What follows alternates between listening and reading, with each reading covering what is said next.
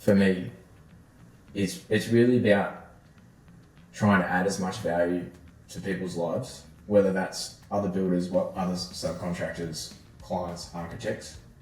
So I've got my opinion about things in terms of how I see the building industry, and not everyone's going to agree with me, and that's completely fine.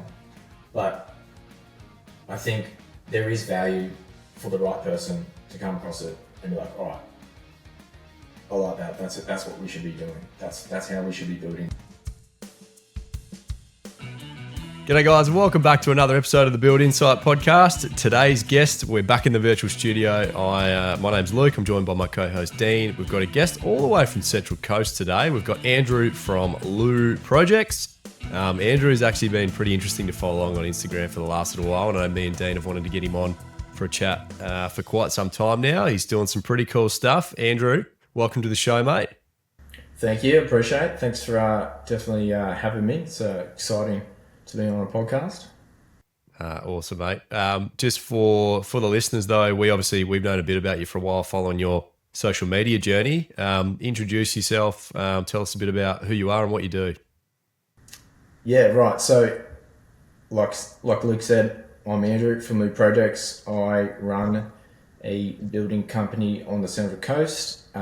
We just mainly focus on high-end residential buildings. There's probably a team of 10 of us at the moment, slowly increasing. I like to keep it small.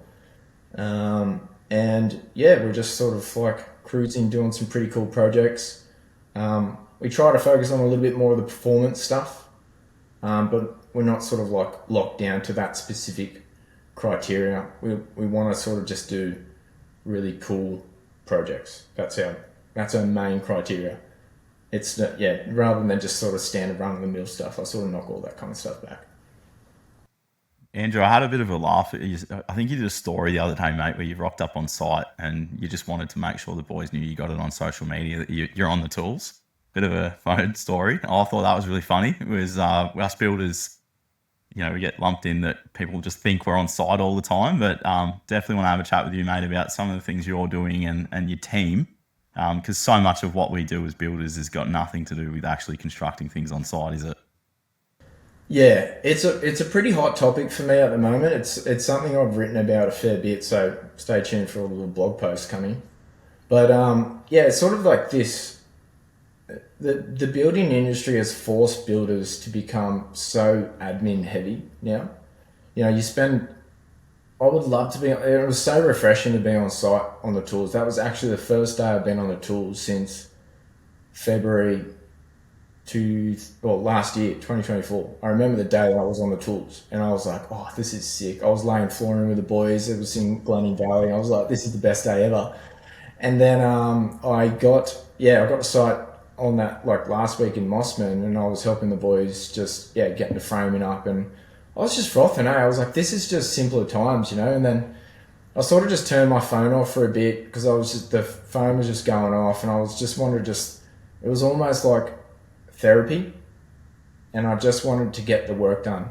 And Richard, the foreman, was like, oh, can you do this and do this, like all this like technical stuff? And I'm like, mate, I'm not here to do the technical stuff. I'm here to just like be a labourer and just get, And it was awesome. But then I sort of got back in the office the next day, and I was like, oh, there's just so much work to do, and the situation with the industry at the moment, it's just so much over-regulation, so much red tape, and it just makes like the actual cost of building, because it means that I'm basically full-time in the office trying to manage all of that, and that actually increases the cost of building. And it's just like, it's really hard for clients to understand that too. It's gone for me. I don't know about you guys, but it's gone are the days when I'm swinging a hammer, during the day, and then coming back home, just do a little bit of admin work to get on top of things. Honestly, just like I try to get a couple of things done today, and so many emails were coming through where I just had to fix things, sort this out. It's a certify issue, it's an engineer issue, it's a detail issue, and it just you're not left with much time in the week, really. I recently went up to a builders event, more to do some pre-construction stuff, and one of the builders there made a really good presentation based on a builder's job is no longer what a lot of people think. We're basically just full-time reviewers. We're reviewing plans, we're reviewing proposals, we're reviewing work on site, we're reviewing, wages and everything. And it kind of hit me in a way where I thought, wow, I haven't really thought about it like that, but we really do just spend so much of our time reviewing everything else that everybody's doing and managing it.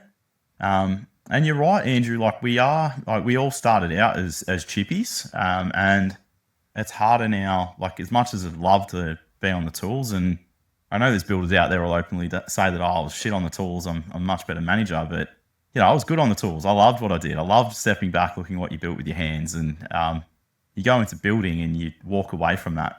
I think there's a misconception of that. It's really hard to be a tool belt builder these days because you can only really, you've probably got a ceiling on yourself to some degree, or you have more admin costs and so forth as well if you want to step away. But at the end of the day, buck stops with us, so it's really hard to not manage every compartment of running a business.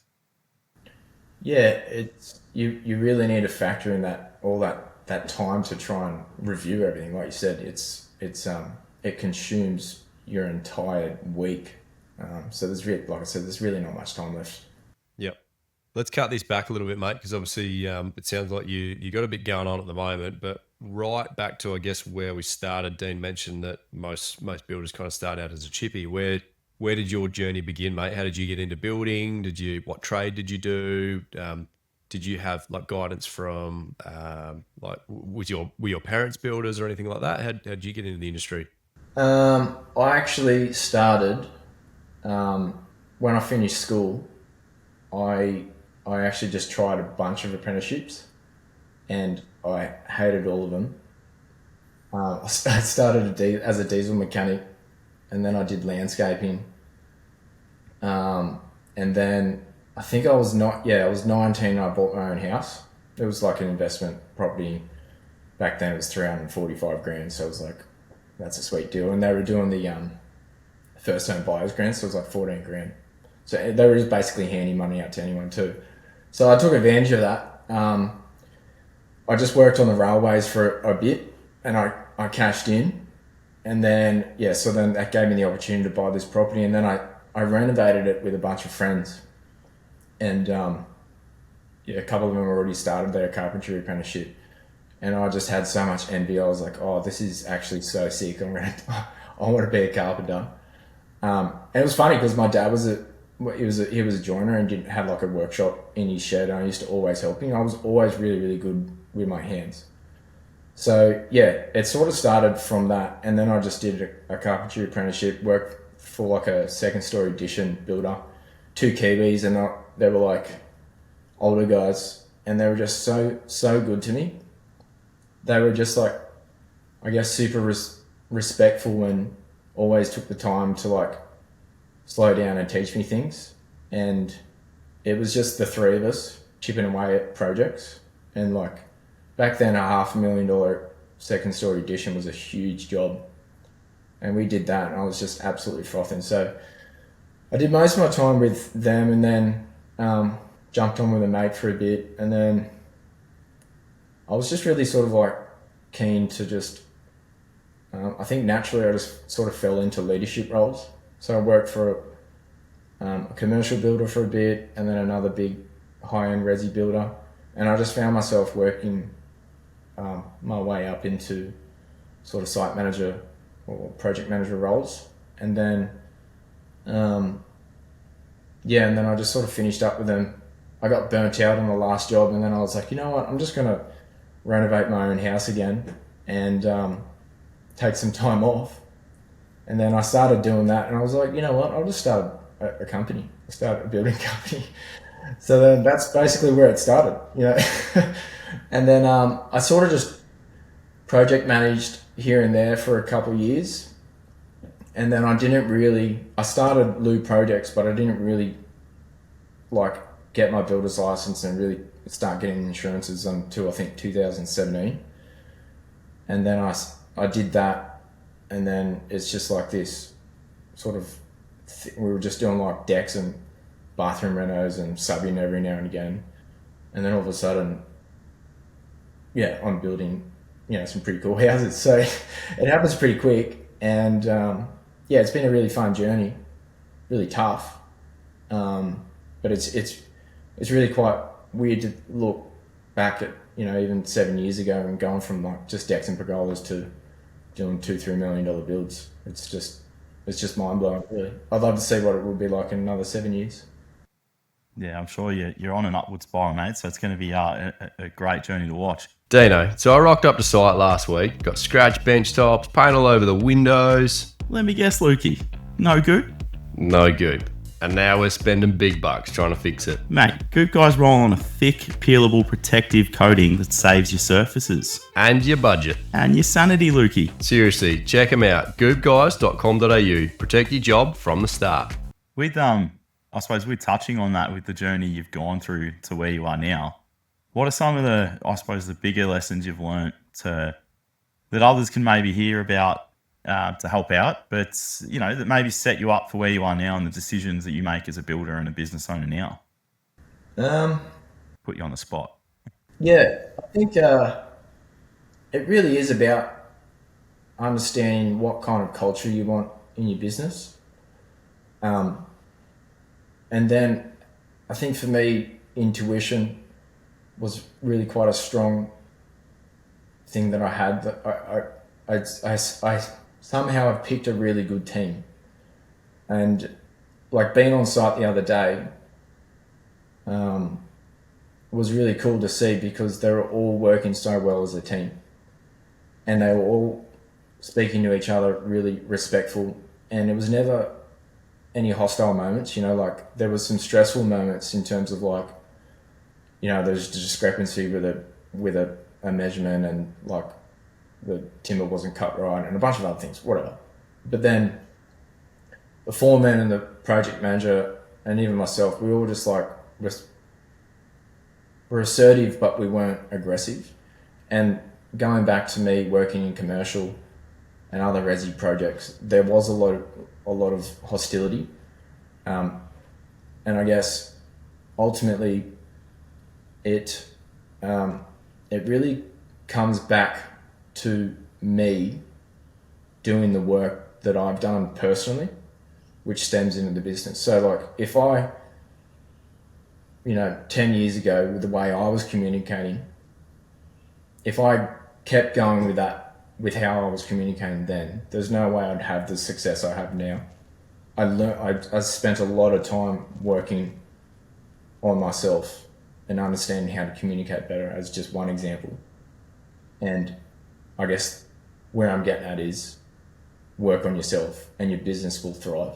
And you do hear that every now and again. People do say that, but it is true. Like, I mean, I know you guys would be doing that. So, and that's why you guys have got your successes. I think that's how you actually attract those people as well. Like you just made a comment there. I was going to pull you up, but you were too busy in the moment. But you kind of said you feel like you picked the team, but I guess whether there was when you were advertising for these team members or how you actually went about it. But after a while, when you like your message that you put out there on social media or wherever it is, and you eventually you actually attract those team members. So it's not just a matter of, I got lucky and I found this guy. Sometimes that does happen. Like you're fortunate enough that you do get scenarios like that. But I think it comes actually back down to your leadership skills, that the way that you provide, whether it was the fact that some of your chippies might have said to another mate, like, hey, I'm working for this guy, or the word gets out there that but there's a good team culture. People can see that in what you're posting on there as well. So I don't think it's just the fact that you got lucky. Like I think a lot of it comes down to you've actually attracted those team members to be a part of your journey.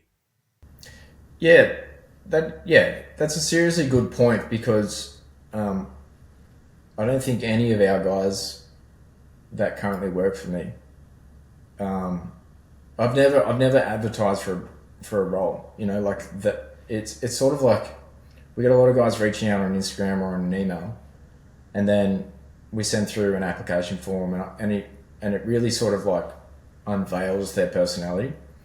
And then you're like, all right, well, that guy seems like a pretty cool dude. Let's have a catch up with him. And you find that the values align, and then you think, all right, well, I don't have a job for him right now, but maybe I can try and squeeze him in because I think he would be really valuable.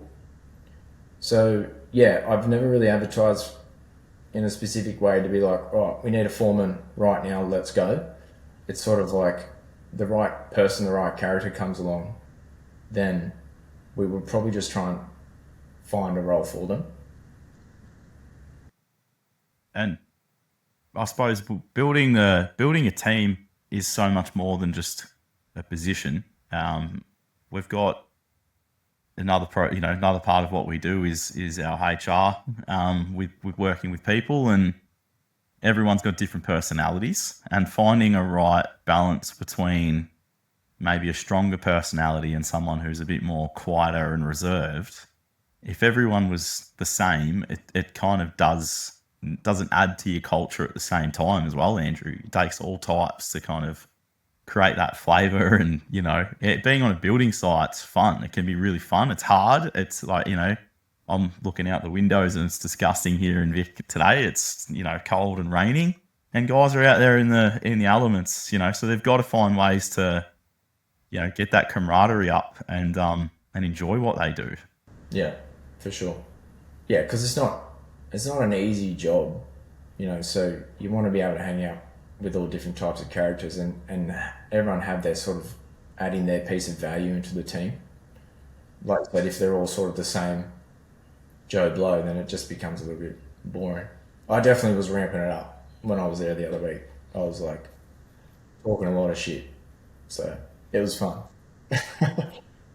Hey, Andrew, let's jump into, talked about before, you mentioned about doing some cool projects and not just wanting to do the, maybe the standard type of house, but you guys are sort of becoming a little bit of a CLT specialist with a couple of builds we've seen through the gram.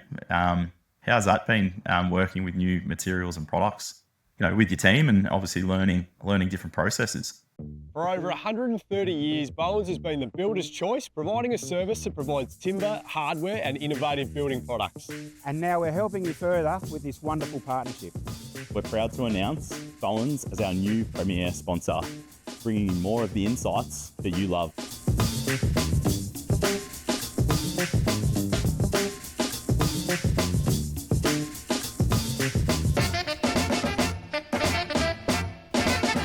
Build Insight together with Bowen's. Real people, real insights.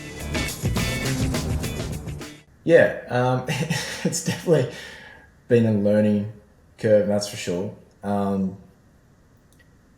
It doesn't matter how, like that project in particular was documented really, really well. They had all sorts of 1 in 5 section details for everything, and they basically covered everything. But there was just so many nuanced details that you just couldn't even draw up. And that's where sort of things just sort of got lost in translation, or I guess maybe misinterpreted, or, it just wasn't either the right product, for instance, to be applying to a CLT product. So yeah, it's if someone said to me, I want to go with CLT for my project, I would say you'd actually have to really love it to really follow through with it. It doesn't make building easier. It actually makes it heaps more complicated, especially if you go on a passive house.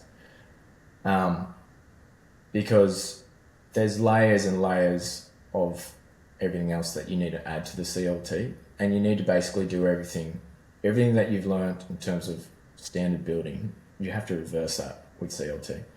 So it slows everything down. I'd say obviously it would be a lot quicker and easier. It would be a lot quicker and easier on the next project.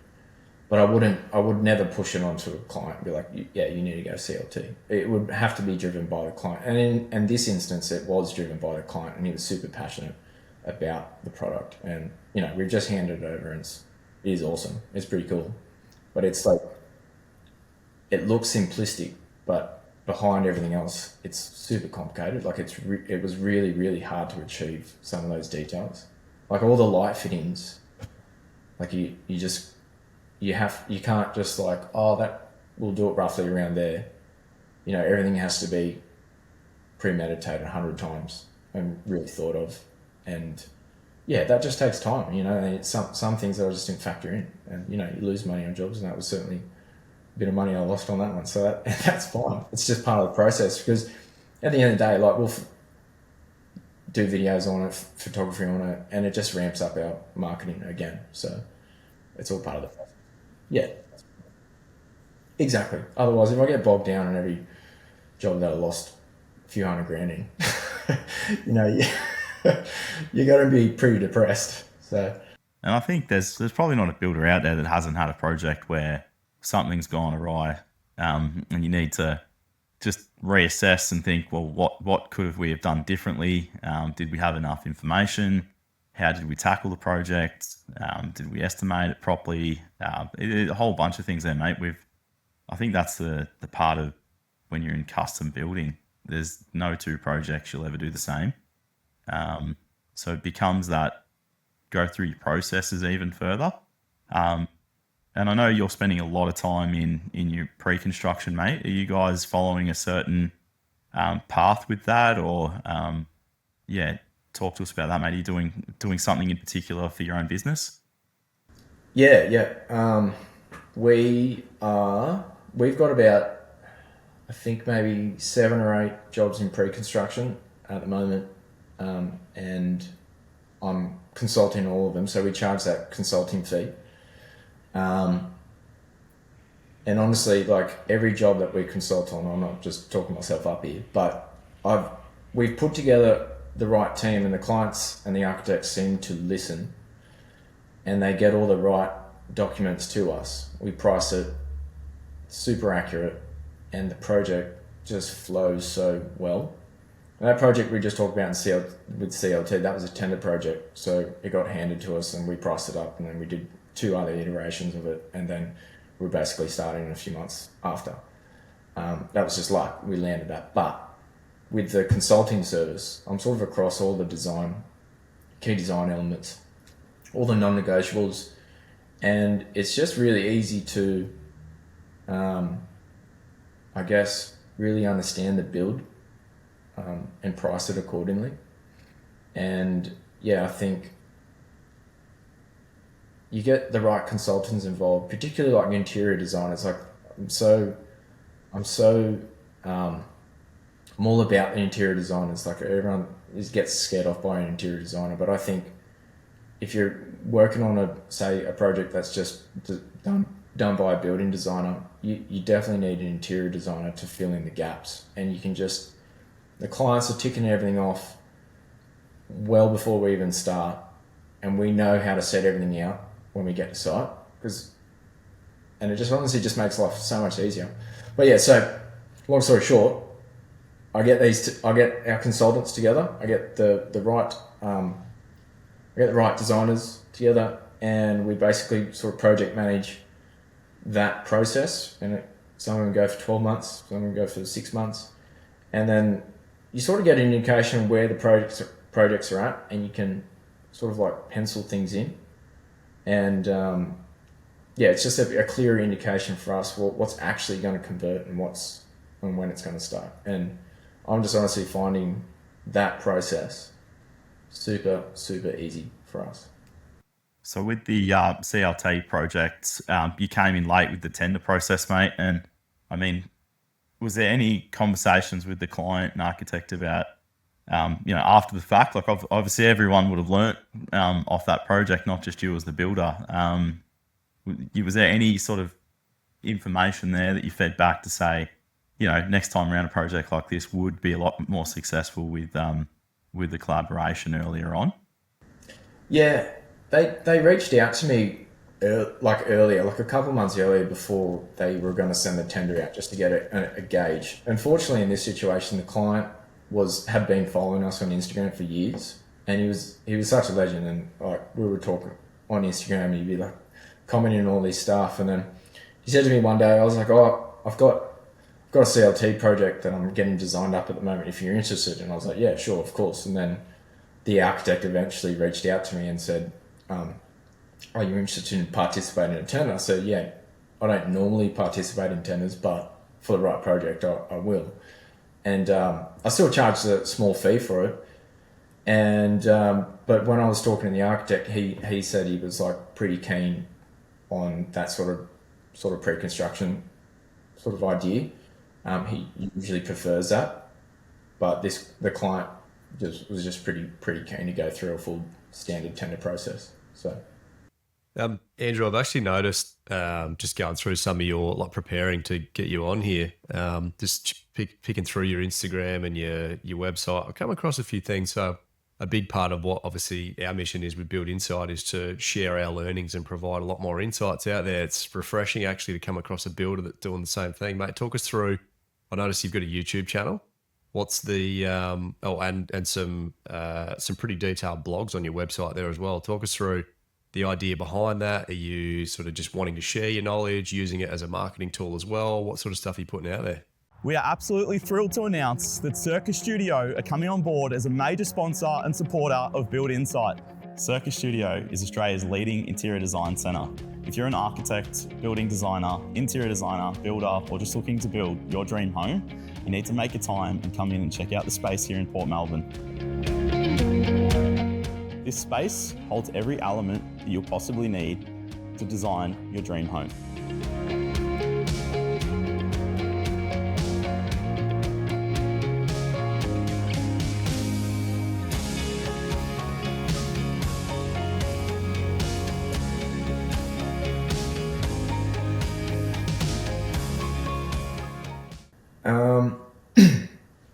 I guess, like with you guys, you just have so much experience and so much, for me, it's really about trying to add as much value to people's lives, whether that's other builders, other subcontractors, clients, architects.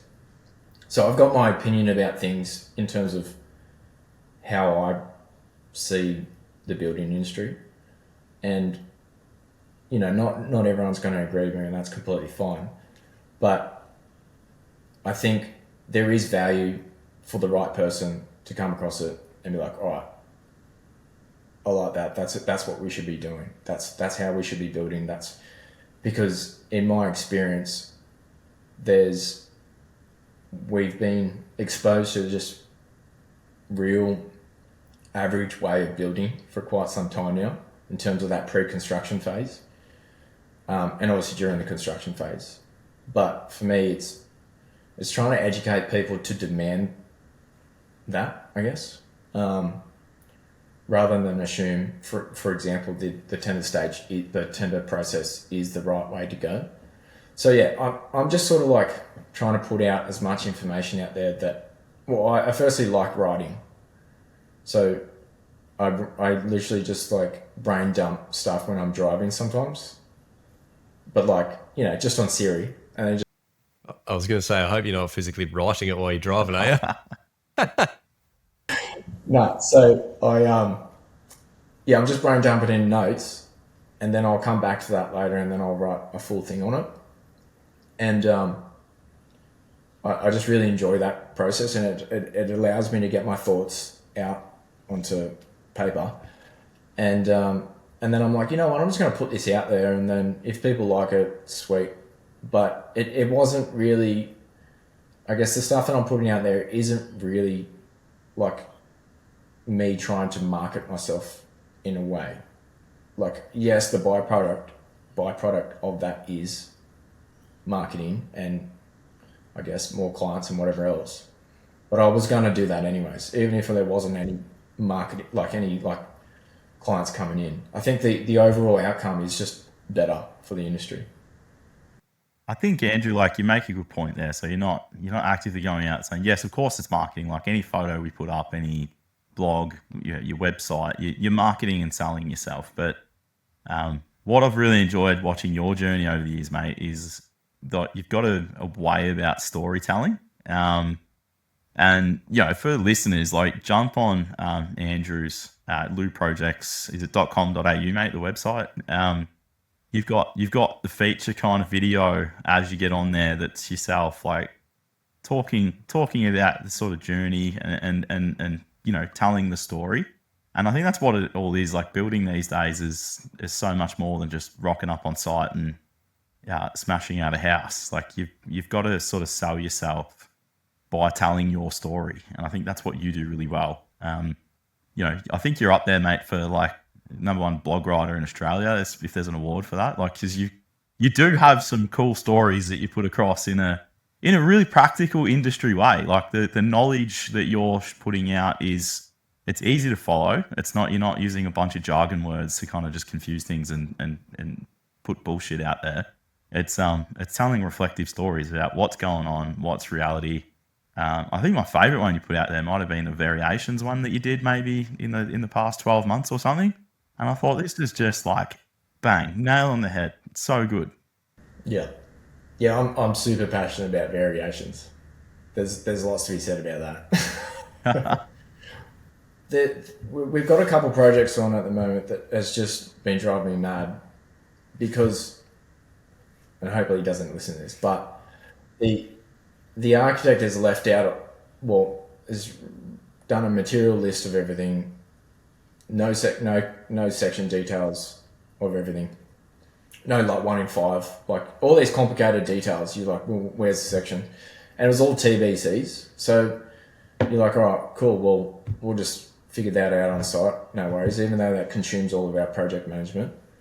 But then you're constantly waiting on these details to come through and being drip fed it. And one thing that you change there will affect something down the line at some point. So you really need to look at it holistically and go, oh, okay, well, that little change that you set out and whatever, it's going to affect this over here, whatever it is.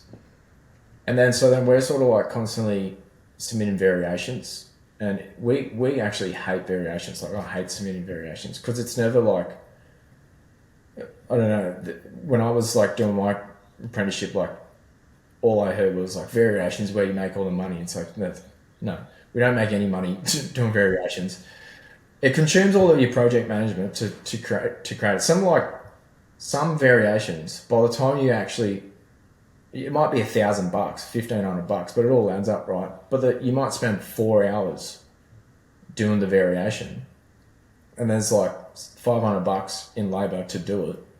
So then you put a markup on that, $1,000 variation or whatever. The markup doesn't even cover the cost of the actual labor to do it. So you're not actually making any money on the variation. And so there's just like, unless you've got a project on your table and you've got 150 pages of every single detail, there's going to be some sort of level of variation. But the idea with my sort of like consulting service that I do early on is that I sort of iron out what is required early on. So say if there's like a specific eave detail that has a splay detail and a shadow mold and a bunch of other little details that you sort of want to go, right, well, what's that actually going to look like? And then you just request that in the pre-construction phase rather than the construction phase, and then you issue a variation. Yeah, and I think on what you touched on there too, mate, to jump in, you've got, like, when we talk variations, like obviously every project is going to have a degree of uncontrollable variations, and that might be, you're doing your deconstruction process, demolition, however you refer to it. You've found asbestos, that's a variation. You might have we all estimate concrete designed on a concrete slab. You might get some footings like widen because the earth's a bit, crumbly, concrete variation. But yeah, what you're referring to there and what we all refer to, I don't think I've met a builder who actually likes variations. Like, we all, if people out there chat to a builder, I would say it'd be 90% of them would say we hate variations. Because as you've said, Andrew, like, you can charge, and I know we've kind of toyed with kind of charging a fee, and I don't think it by the time you get down that road with your client, you generally have a good relationship with them, but you kind of want to keep that kind of flowing. It's like, all right, we're happy to look at it, but when you're looking at variation after variation after variation, I think that's what tipped us with Backman Builders to get away from tendering. Is like, we had a project 5 years ago that was like 35, 40 variations, and it was just there's a couple requested ones that the client wanted, but so much of them was just plans not documented properly, that the architect had gone, I'm just going to leave that until later and we'll confirm what you want. It's like, why not go through a better process to actually plan this out properly? Take the time to do it in the front of the project rather than during the project, when you sort of, like, you can't even make progress on things. You want to be able to get into a job, get your stages in, get your claims in, and get out and get on to the next project. But you can't. There's just so many of those architectural projects that just, like, you go forward and then you step back a little bit. All right, guys, that brings us to the end of this episode, number 37, part 1, with our chat from Andrew from Lou Projects. Hope you've enjoyed the episode. If you want to find out more about Build Insight, head over to our website, buildinsite.com.au. Over on the website, you'll find links to previous podcast episodes, as well as links to our Instagram and YouTube channels. Hope you enjoyed the episode, and we'll see you on the next one. We just need to say a massive thank you to our sponsors and supporters. Without them, Build Insight wouldn't be possible. So to Bowens, Circus Studio, Wonderbuild, Goop Guys, Calorie Building, and Backman Builders, thank you very much. We look forward to seeing you again next week. Let's cue the disclaimer. I need to let you know that myself and the Build Insight team are in no way, shape or form qualified to give you personal or specific business advice. We strongly encourage you seek out the use of professionals for products or when you are making personal or business decisions. Everything discussed during the Build Insight podcast is our own and the guest opinion and personal experience, and is of a general nature only. Hope you enjoyed the episode. Catch you on the next one.